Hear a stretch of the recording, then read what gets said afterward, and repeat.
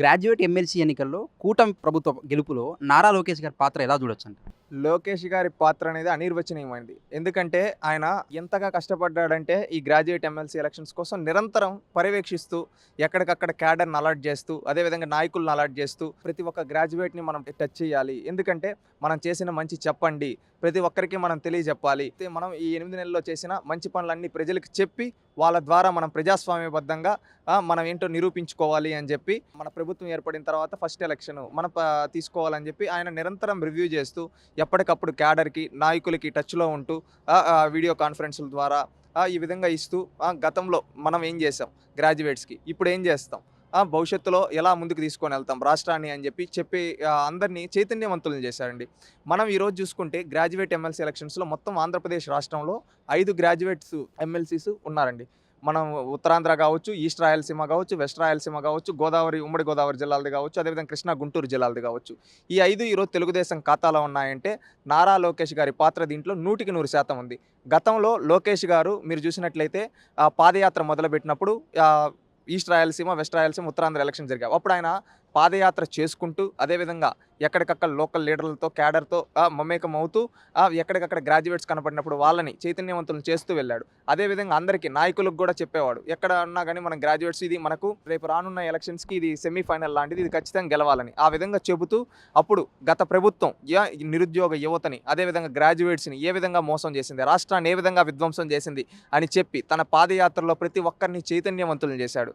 తీరా చూస్తే తన పాదయాత్ర 45 రోజులు తిరిగే తాలకి రాష్ట్రంలో 3 గ్రాడ్యుయేట్ ఎమ్మెల్సీలు తెలుగుదేశం పార్టీ దాదాపు 100 నియోజకవర్గాలకు జరిగిన ఎన్నికల్లో ఈవెన్ పులివెందుల లాంటి నియోజకవర్గంలో కూడా తెలుగుదేశం మెజారిటీ సాధించిందంటే లోకేష్ గారి ఏ విధంగా చైతన్యవంతులను చేశాడు ప్రజల్ని, ఏ విధంగా గ్రాడ్యుయేట్స్ని తన వైపు తిప్పుకున్నాడు, తెలుగుదేశం పార్టీ వైపు తిప్పాడు అనేది మనం చూడాలి. ఎందుకంటే గతంలో ఈస్ట్ రాయలసీమ, వెస్ట్ రాయలసీమ ఏనాడు తెలుగుదేశం పార్టీ గెలవలేదు. కానీ అలాంటివి కూడా తెలుగుదేశం పార్టీ గెలిచాయంటే లోకేష్ గారు ఏ విధంగా రాజకీయం చేశాడు, ప్రజల్ని ఏ విధంగా తన వైపు తిప్పుకున్నాడు అనేది మనం ఇక చెప్పుకోవచ్చు. ఎందుకంటే గ్రాడ్యుయేట్స్ కూడా ఒకటే ఆలోచించారు, రాష్ట్రంలో ఇప్పుడుండే యువ నాయకుల్లో అత్యంత విద్యావంతుడు, ప్రజలకు ఏం కావాలో తెలిసిన వ్యక్తి, ఎలా రాష్ట్రాన్ని నడపాలో తెలిసిన వ్యక్తి, ఇలాంటి వ్యక్తి యొక్క నాయకత్వంలో మనం ఉంటే అలాంటి నాయకత్వం చేతిలో మనం వాళ్ళని గెలిపిస్తే వాళ్ళు మనకు మంచి చేస్తారని నమ్మారు. అదేవిధంగా 2024 ఎలక్షన్స్లో చూసుకుంటే కూటమి ప్రభుత్వానికి 164 స్థానాలుగా అఖండ మెజారిటీ ఇవ్వడం జరిగింది. ఆ తర్వాత మళ్ళీ లోకేష్ గారు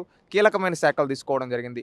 విద్యాశాఖ మంత్రి కావచ్చు, అదేవిధంగా విద్య, IT, electronics and communication, real time governance ఇవి తీసుకోవడం జరిగింది. ఇవి తీసుకున్న తర్వాత నిరంతరం ఆయన ప్రక్షాళన దిశగా తీసుకొని వెళ్ళారు. ఎందుకంటే గత 5 సంవత్సరాలు ఆంధ్రప్రదేశ్ రాష్ట్రంలో ఐటీ రంగాన్ని పండబెట్టారు. అదేవిధంగా విద్యా వ్యవస్థని పబ్లిసిటీ పిచ్చులకు తీసుకొని పోయి మొత్తం స్కూల్ని విలీనం పేరిట ఈ విధంగా డ్రాప్అవుట్స్ ఇవన్నీ పెరిగిపోయి వీటన్నిటిని ఆయన ప్రక్షాళన చేస్తూ విద్యా వ్యవస్థలో ఎన్నడూ లేని విధంగా మహానుభావులు పేర్లను పెట్టి పథకాలకి ప్రజలకి రాజకీయాల నుంచి దూరంగా ఉండాలి. ఎందుకంటే రాజకీయాల నుంచి దూరంగా ఉన్నప్పుడు మనం పార్టీలకు అతీతంగా వాళ్ళకి ఈ విద్యను అందించగలిగినప్పుడు ఒక మంచి నాణ్యమైన విద్యను అందించగలిగితే వాళ్ళు ఒక మంచి వ్యక్తులుగా తయారవుతారు. మన సమాజంలో ఒక మంచి వ్యక్తులుగా వాళ్ళు రూపాంతరం చెందుతారు. దాని ద్వారా మన రాష్ట్రం బాగుంటుందని నమ్మిన వ్యక్తి లోకేష్ గారు. ఆ విధంగా ప్రక్షాళన తీసుకొని వైపు చేస్తూ ఉన్నారు.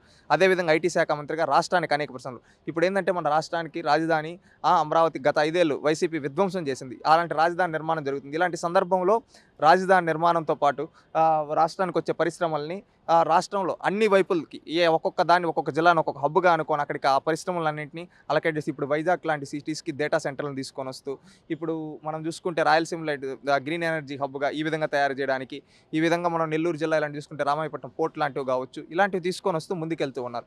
ఇవన్నీ యువతకి చెప్పి చైతన్యవంతులను చేసి మళ్ళీ ఈరోజు జరిగిన ఎన్నికల్లో 2 కృష్ణా గుంటూరు జిల్లా అదేవిధంగా ఉమ్మడి గోదావరి జిల్లాల ఎమ్మెల్సీ ఎలక్షన్స్లో తెలుగుదేశం పార్టీ బలపరిచిన అభ్యర్థులకి అఖండ మెజారిటీని అందించారు.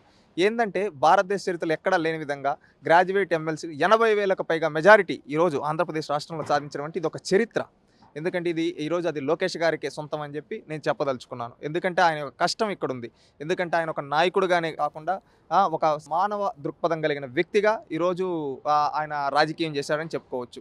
ఎందుకంటే ఎవరైనా నాయకులు ఏం చేస్తారు, ఏదో గెలవాలి అనుకుంటారు. కానీ ఈయన ఏంటంటే ప్రజలకు మనం చేసింది చెప్పి ఓట్లు అడగండి వాళ్ళే వేస్తారు అని చెప్పారు. ఈరోజు ఏంటంటే ఈ గెలుపు అనేది ప్రతిపక్షాలకు ఒక చెంపపెట్టు లాంటిది. ఎందుకంటే ఈవీఎంలతో గెలిచారు అని చెప్పి వాగిన వాళ్ళకి ఈరోజు బ్యాలెట్ పేపర్లో జరిగిన ఓట్లలో కూడా అఖండ మెజారిటీలు సాధించి రికార్డు మెజారిటీలు సాధించి కూటమి ప్రభుత్వం గతంలో ఉన్న ఓటింగ్ పర్సెంటేజ్ కంటే ఇంక్రీజ్ చేసుకొని ఈరోజు గెలిచిందంటే దీంట్లో వెనకాల ఉండి నడిపించిన లోకేష్ గారు క్యాడర్తో రివ్యూలు చేయడం కావచ్చు, ఎక్కడికక్కడ అభ్యర్థులకి రీచ్ అవుట్ అవడంలో కావచ్చు, ఆయన ఇచ్చిన మార్గనిర్దేశకం బట్టి ప్రతి ఒక్కరు ఫాలో అయ్యారు, ఈరోజు సక్సెస్ అయ్యారని చెప్పి చెప్పుకోవచ్చు. Thank you.